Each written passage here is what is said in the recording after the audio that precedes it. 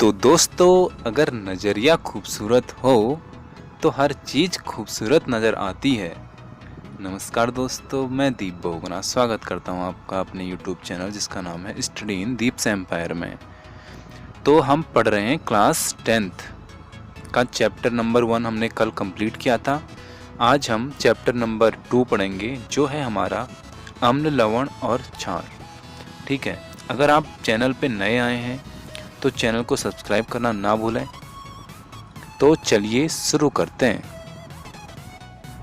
तो दोस्तों, अगर मैं आपको शॉर्ट में बताऊं, जो अम्ल होता है वो हमारा H+ आयन अम्ल होता है। यानी जो अगर हमारा H+ आयन देगा वो क्या होगा, हमारा अम्ल होगा। और जो अगर हमने OH- पाया तो ये जो हमने OH- पाया ये क्या होगा, हमारा क्षार होगा। ठीक है, और अगर हम अम्ल और क्षार की अभिक्रिया करवाएं, यानी एसिड और बेस की अभिक्रिया कराएं, तो जो हमको मिलेगा वो क्या होगा, हमारा लवण होगा। ठीक है, तो लवण क्या होता है, अम्ल और क्षार का मिश्रण कहो या उन दोनों की जो अभिक्रिया करके हम बनाएंगे वो हमारा लवण होता है। और अम्ल क्या होता है,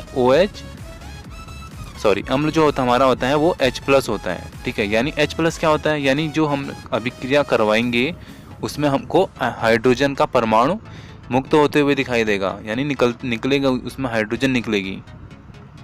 ठीक है, तो चलिए इसमें देखते हैं। सबसे पहले इसने दे रखा है लिटमस विलियन।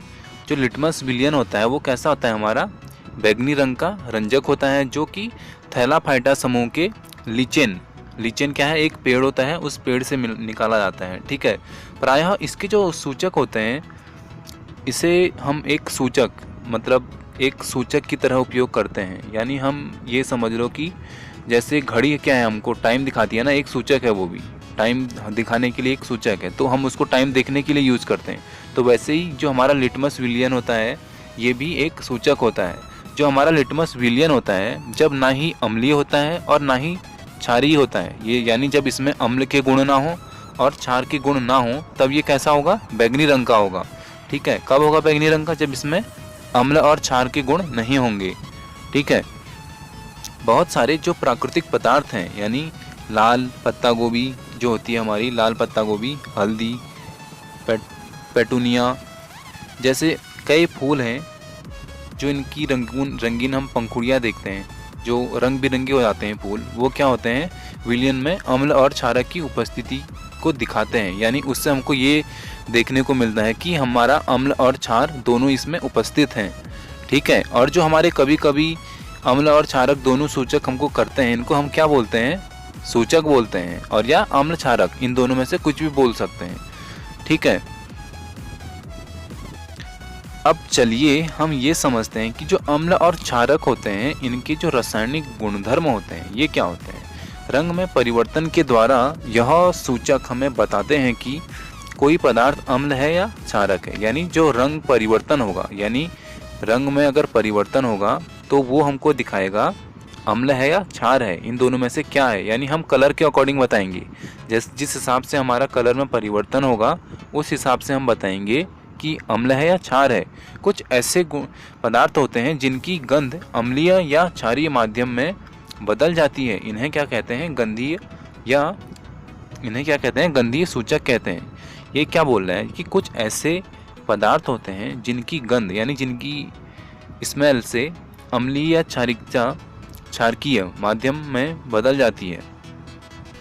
जो इनकी गंध है वो अम्लीय माध्यम में बदल जाएगी या क्षारकीय माध्यम में बदल जाएगी, तो इन्हें हम क्या कहते हैं, गंधीय सूचक कहते हैं। ठीक है, और इसके बाद हम पढ़ते हैं अम्ल एवं क्षारक धातु के साथ कैसे अभिक्रिया करते हैं। तो अम्ल एवं क्षारक जो है धातु के साथ कैसे अभिक्रिया करते हैं ये हम इस क्रियाकलाप से समझते हैं। इसमें हमने क्या कर रखा है कि परक नली में 5 ml तनु सल्फ्यूरिक अम्ल ले रखा है और इसमें क्या डाल रखा है, दानेदार जिंक के टुकड़े डाल रखे हैं। ठीक है, और ये हैं जो यहाँ पे आप ये देख सकते हैं, ये जो छोटे छोटे बिंदु जैसे दिख रहे हैं ये हैं दानेदार जो हमारा जिंक है इसके टुकड़े हैं। ठीक है, और ये हमने यहाँ पे ले रखा है साबुन का विलियन, और जलती हुई मोमबत्ती एक हमने यहाँ पे ले रखी है, ये मोमबत्ती से हम ये देखेंगे कि जो यहाँ से बुलबुले उठ रहे हैं, ठीक है, यहाँ पे हमने जब दानेदार जिंक डाला और इसकी हमने रिएक्शन करवाई तनु सल्फ्यूरिक अम्ल से, तो क्या हुआ कि हाइड्रोजन गैस के बुलबुले निकले। तो ये बुलबुले यहाँ से निकले और परक नली से, ये प्रवाह नली हमने लगा के यहाँ से जाके साबुन का जो विलयन था उसमें गए और यहाँ से क्या हुए, ऊपर को उठे। ठीक है, तो हमने यहाँ पे मोमबत्ती जलाई तो हमने क्या देखा कि जो हमने जो गैस निकल रही है ऊपर को, वो हमने आग से रिएक्शन करके फट फट की ध्वनि के साथ हाइड्रोजन गैस का क्या हो जाता है, दहन हो जाता है। ठीक है, तो इससे हम ये देखते हैं कि जो दानेदार जिंक के टुकड़े हैं, इसके साथ तनु सल्फ्यूरिक अम्ल की अभिक्रिया एवं ज्वलन से क्या होता है कि हाइड्रोजन की जांच होती है। ठीक है, और इसके बाद देखते हैं कि अभिक्रियाओं के साथ धातु एवं अम्लों से हाइड्रोजन का विस्थापन होता है एवं हाइड्रोजन गैस के निकलने से यह पता चलता है कि जो हमारी हाइड्रोजन गैस निकलती थी, इससे यह पता चलता है। ठीक है, और जो हमारा अम्ल एवं अवशिष्टों के साथ मिलकर धातु एक यौगिक बनाता है, इसको क्या कहते हैं, लवण कहते हैं। यानी जो हमारा लवण है ये क्या है, अम्ल के साथ मिलकर धातु एक यौगिक बनाता है। अम्ल प्लस धातु हमारा जो हुआ तो एक यौगिक बना, उसको हमने क्या कहा, लवण कहा। अम्ल के साथ धातु की अभिक्रिया को इस प्रकार व्यक्त करते हैं, अम्ल प्लस धातु, जो अगर हम इन दोनों को प्लस करेंगे तो हमको मिलेगा लवण और हाइड्रोजन गैस मिलेगी। ठीक है, और इसके बाद हम देखते हैं धातु कार्बोनेट तथा धातु हाइड्रोजन कार्बोनेट अम्ल के साथ कैसे अभिक्रिया करते हैं। अब हम ये देखते हैं कि जो हमारा धातु कार्बोनेट होता है और जो हमारा धातु हाइड्रोजन कार्बोनेट होता है, ये अम्ल के साथ कैसे अभिक्रिया करते हैं। तो इसके लिए आप ये क्रियाकलाप देखिए, इसमें क्या कर रखा है। तो यहाँ पे आप देख सकते हैं, ये जो यहाँ पे डॉटेड परक नली में डाल रखा है, ये है हमारा सोडियम कार्बोनेट। और ये जो हमने यहाँ पे एक दूसरी परक नली है, इसमें हमने रखा है कैल्शियम हाइड्रोक्साइड का विलयन। तो जब हम इनकी रिएक्शन करवाते हैं तो जो हमारा कैल्शियम हाइड्रोक्साइड में से क्या होता है कि कार्बन डाइऑक्साइड गैस को हम गुजारते हैं। ठीक है, तो यहाँ पे एक ये हमको बताया गया है कि जो हमारा इस अभिक्रिया से हम क्या करते हैं कि हम चूना पत्थर बनाते हैं, खड़िया और संगमरमर कैल्शियम कार्बोनेट के विविध रूप हैं। यानी हम इसी अभिक्रिया से चूना पत्थर, खड़िया और संगमरमर क्या है बनाते हैं। जो हमको ये बनाने की विधि होती है वो सेम होती है। ठीक है, सभी धातु कार्बोनेट एवं हाइड्रोजन कार्बोनेट अम्ल के साथ अभिक्रिया करके संगत लवण, कार्बन डाइऑक्साइड एवं जल बनाते हैं। जो ये हम अभिक्रिया करवाते हैं, इसके साथ हमारा लवण बनेगा। लवण में वो चूना पत्थर, खड़िया, संगमरमर, वो अकॉर्डिंग टू हमने जो उसमें सॉल्यूशन डाला उसके अकॉर्डिंग बनेगा। ठीक है, और साथ में हमको क्या मिलेगा, कार्बन डाइऑक्साइड एवं जल मिलेगा। ठीक है, इस अभिक्रिया को हम ऐसे व्यक्त करते हैं कि जब हम धातु कार्बोनेट या धातु हाइड्रोजन कार्बोनेट के साथ अम्ल मिलाएंगे तो हमको क्या मिलेगा, एक तो हमको लवण मिलेगा और दूसरा कार्बन डाइऑक्साइड मिलेगा, तीसरा क्या मिलेगा, जल मिलेगा। ठीक है, अब हम ये देखते हैं कि अम्ल एवं क्षारक परस्पर कैसे अभिक्रिया करते हैं। तो अम्ल एवं अगर क्षारक की हम अभिक्रिया करवाते हैं तो इसके परिणाम स्वरूप हमको क्या मिलता है, लवण तथा जल मिलते हैं। ये शुरू में मैं आपको चैप्टर में बता चुका हूँ कि अम्ल एवं क्षारक की अभिक्रिया करवाएंगे तो हमको लवण मिलेगा। ठीक है, इस अभिक्रिया को हम कहते हैं उदासीनीकरण अभिक्रिया। ठीक है, इसको हम क्या कहते हैं, उदासीनीकरण अभिक्रिया कहते हैं। जो सामान्यतः हमारी उदासीनीकरण अभिक्रिया को हम लिखते हैं, वो लिखते हैं क्षारक प्लस अम्ल। अगर हम क्षारक प्लस अम्ल इक्वल टू, जो अगर हम इन दोनों को जोड़ रहे हैं तो हमारा जोड़ के हमको एक तो लवण मिलेगा और दूसरा क्या मिलेगा, पानी मिलेगा। ठीक है, अब हम ये देखते हैं कि अम्लों के साथ धात्विक ऑक्साइडों की जो अभिक्रिया होती है वो कैसे होती है। ठीक है, जो विलयन हमने डाला धातु ऑक्साइड के साथ, किसका, अम्लों का। ठीक है, अम्लों का जो विलयन डाला उसका जो रंग था वो नील हरित हो जाता है। कब, जब हम उसके साथ धातु ऑक्साइड की अभिक्रिया करवाते हैं एवं कॉपर ऑक्साइड घुल जाता है। उसमें क्या होता है, अगर हम कॉपर ऑक्साइड डालते हैं तो वो घुल जाती है। विलयन का जो नील हरित रंग होता है, ये अभिक्रिया में कॉपर क्लोराइड के बनने के कारण होता है। जो इसमें नीला रंग होता है वो क्यों होता है? कॉपर क्लोराइड के बनने के कारण होता है। धातु ऑक्साइड एवं अम्ल के बीच में होने वाली सामान्य अभिक्रिया को हम ऐसे लिख सकते हैं कि धातु ऑक्साइड और उसमें हम अम्ल डालें, यानी प्लस अम्ल करें तो हमको क्या मिलेगा? लवण और जल मिलेगा। क्षारक एवं अम्ल की अभिक्रिया के समान ही धात्विक ऑक्साइड अम्ल के साथ अभिक्रिया करके लवण एवं जल प्रदान करते हैं। अतः जो हमारी धात्विक ऑक्साइड को क्षारकीय ऑक्साइड भी कहते हैं। जो हमारा धात्विक ऑक्साइड मिला उसको हम क्षारकीय ऑक्साइड भी कहते हैं। अब हम ये देखते हैं कि क्षारक के साथ अधात्विक ऑक्साइड की जो अभिक्रिया होगी उसमें क्या होगा। तो कैल्शियम हाइड्रोक्साइड जो कि एक क्या है? क्षारक है, कार्बन डाइऑक्साइड के साथ अभिक्रिया करके लवण एवं जल का निर्माण करता है। किसका निर्माण करता है? लवण एवं जल का निर्माण करता है। चूंकि जो हमारा क्षारक एवं अम्ल के बीच होने वाली अभिक्रिया है उसके क्या है? ये समान है। अतः हम इसको क्या कहेंगे? हम यह निष्कर्ष निकाल सकते हैं कि जो हमारा अधात्विक ऑक्साइड होता है वो अम्लीय प्रकृति का होता है। अब हम ये देखते हैं कि जो सभी अम्ल एवं क्षारक होते हैं इनमें क्या समानताएं होती हैं। तो जो हमारे अम्ल और क्षारकों में क्या समानताएं हैं? तो जो हमारे अम्ल हैं ये इनमें क्या होता है कि हम पहले भी पढ़ चुके हैं, ये H+ आयन देते हैं। ठीक है, तो इसका मतलब इनमें क्या होगा? हाइड्रोजन तो कंफर्म होगा। ठीक है, अम्ल में जो हमारी उपस्थिति है वो धनायन H+ की है।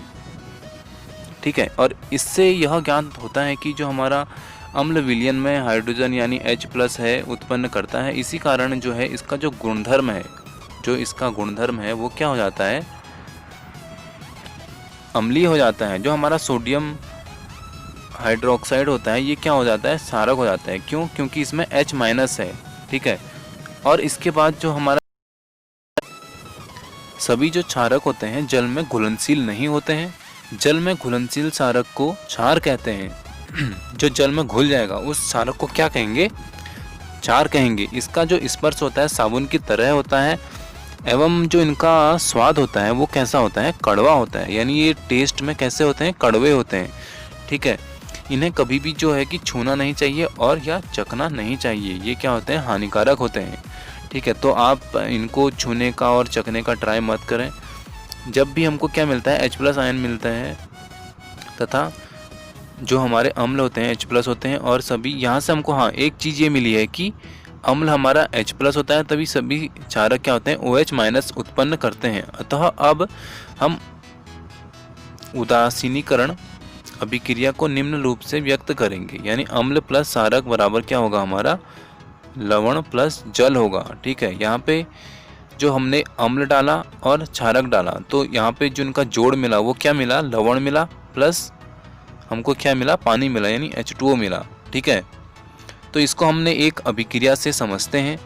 हमने यहाँ पे एक आयन लिया है H+ का और दूसरा क्या लिया है? OH- का लिया है। तो ये हमको जो इसका योग होगा वो क्या मिलेगा? H2O मिला। ठीक है, तो यहाँ से हमको एक चीज़ ये मिलती है कि लवण के साथ हमको पानी भी मिलेगा। अब आगे देखते हैं, जल में अम्ल या क्षारक मिलाने पर आयन की जो सांद्रता होती है उसमें जो प्रति इकाई आयतन में अगर कमी आती है तो इस प्रक्रिया को क्या कहते हैं? तनुकरण कहते हैं। क्या कहते हैं? तनुकरण कहते हैं। एवं अम्ल या क्षारक तनुकृत होते हैं। इसका मतलब क्या है? इसका मतलब ये है कि जल में यानी पानी में अम्ल या क्षारक मिलाने पर, जब हम पानी में अम्ल मिलाएंगे या क्या मिलाएंगे? क्षार मिलाएंगे, तो जो हमारा आयन यानी जो हमारा निचोड़ होगा वो क्या होगा? उसकी जो सांद्रता होगी वो प्रति इकाई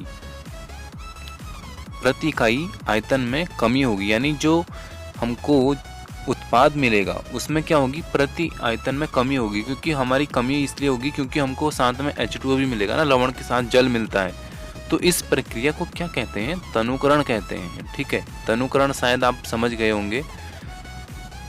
और इसके बाद हम देखते हैं कि pH स्केल क्या होता है। pH स्केल क्या होता है? किसी विलयन में उपस्थित हाइड्रोजन आयन की सांद्रता ज्ञात करने के लिए एक स्केल विकसित किया गया है जिसे क्या कहते हैं, पीएच स्केल कहते हैं। किसकी सांद्रता, हाइड्रोजन आयन की जो सांद्रता है उसको मापने के लिए या उसको ज्ञात करने के लिए जो है हमारा एक स्केल बनाया गया है, उस स्केल को पीएच स्केल कहते हैं।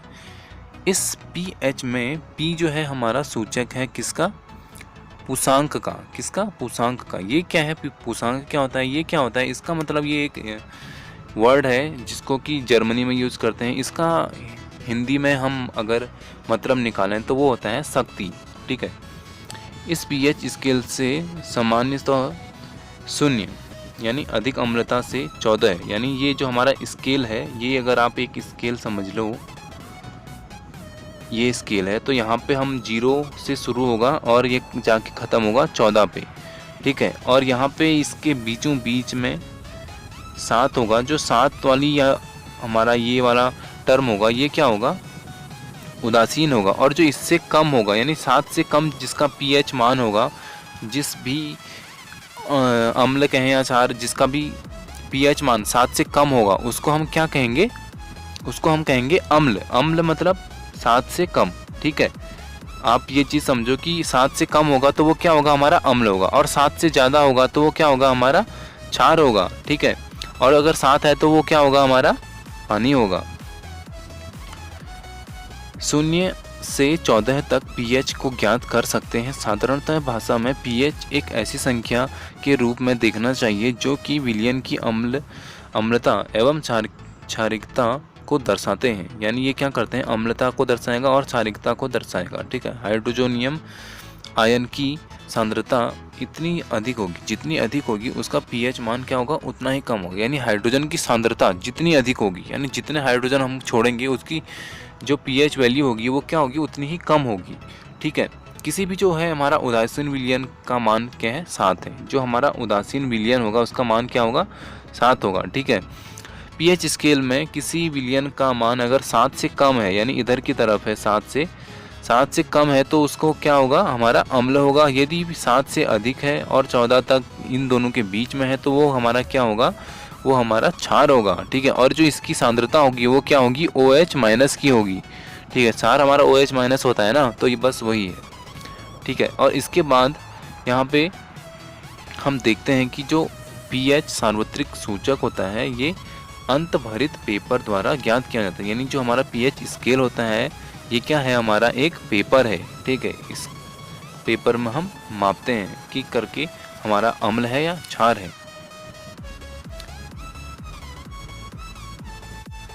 अम्ल तथा क्षारक की जो शक्ति होती है वो क्या करती है कि हमारे विलयन में क्रमशः H+ आयन और OH- के आयन की संख्या पर निर्भर करती है। यानी अम्ल की हमारी जो पावर है वो किस पे निर्भर करेगी, H+ आयन पर निर्भर करेगी, और जो क्षारक की पावर है वो हमारी OH- के अकॉर्डिंग पता चलेगा हमको कि उसकी शक्ति कितनी है। ठीक है, यदि हम समान सांद्रता के हाइड्रोक्लोरिक अम्ल क्या होता है, HCl होता है। ठीक है, तथा एसिटिक अम्ल जैसे एक मोलर विलयन लीजिए तो यह विभिन्न मात्रा में हाइड्रोजन आयन उत्पन्न करेंगे।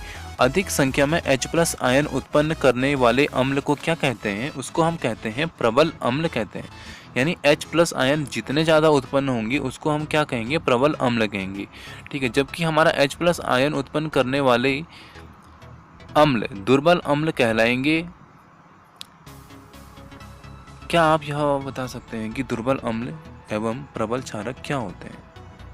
तो इसमें कुछ ज़्यादा डिफरेंस नहीं है। जितना हमारा H+ आयन की सांद्रता बढ़ेगी, ठीक है, H+ जितना बढ़ते जाएगा उतना हमारा वो प्रबल अम्ल होते जाएगा, और जितना कम होते जाएगा, यानी ये समझो आप इसको पीएच स्केल से समझो। ठीक है, अगर ये यहाँ पे 0 है और यहाँ पे 7 है तो यानी अगर ये 0 के करीब जितना करीब आएगा उतना क्या होगा, हमारी H+ की सांद्रता बढ़ेगी, और जितना ये 7 के करीब जाएगा उतना क्या होगा, ये दुर्बल अम्ल कहलाएगा। ठीक है, शायद अब आपको समझ में आ गया होगा अच्छी तरह से। और दैनिक जीवन में हम अब ये देखते हैं कि जो हमारा पीएच का है वो उसका महत्व क्या होता है। अब हम इससे पहले हम आपको ये बताते हैं कि अम्लीय वर्षा क्या होती है। जीवित प्राणी केवल संकीर्णित पीएच स्तर पर जीवित रह सकते हैं। वर्षा के जल की पीएच मान जब 7.6 से कम हो जाती है तो वह क्या होती है, अम्लीय वर्षा होती है। यानी जो हमारा पीएच स्केल का मान, जब बारिश हमारी हो रही है और पीएच स्केल में उसकी जो वैल्यू अगर हम मापेंगे वो 5.6 से कम हो जाती है तो उसको क्या कहते हैं, अम्लीय वर्षा। आपने सुना होगा कितनी बार कि अम्लीय वर्षा हो रही है, अम्लीय वर्षा, तो उसमें कोई अम्ल नहीं गिरते हैं, उसका बस मान जो होता है वो 5.6 से कम हो जाता है पीएच स्केल में, ठीक है। और यहाँ पे देखते हैं शुक्र में जो वायुमंडल है उसमें सल्फ्यूरिक अम्ल के मोटे श्वेत एवं पीले क्या हैं, बादल बने हुए हैं। वहाँ पे क्या है, सल्फ्यूरिक अम्ल के ही बादल बने हुए हैं, ठीक है। आपने अक्सर यह देखा होगा कि जो हमारे आसपास के बगीचे हैं या कोई भी जो चीज़ हम देखते हैं उसकी भी पता है आपको कि पीएच वैल्यू होती है, हर चीज़ की पीएच वैल्यू होती है। और जो हमारा पाचन तंत्र होता है, यानी जो हमारे पाचन तंत्र में, आपको ये पता होगा कि जो हमारा पाचन तंत्र है इसमें हाइड्रोक्लोरिक अम्ल होता है। यानी हमारे पाचन तंत्र में क्या होता है, HCl होता है, ठीक है। और HCl क्या अभी हमने पढ़ा था, ये क्या होता है, हमारा प्रबल अम्ल होता है, ठीक है। तो यानी ये हमारा सबसे प्रबल अम्ल है और ये हमारे पेट में पाया जाता है, ठीक है। और इसके साथ जो हमारा दंत क्षय होता है, यानी 5.5 इसका पीएच स्केल मान होता है, जो हमारे दांतों में क्षय होता है, ठीक है।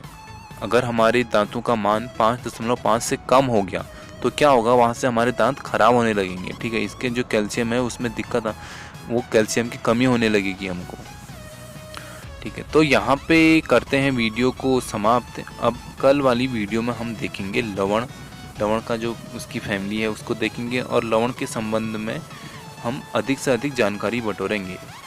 तो आई होप कि आपको आज की वीडियो पसंद आई होगी। तो थैंक यू गाइस, वीडियो देखने के लिए आपका धन्यवाद।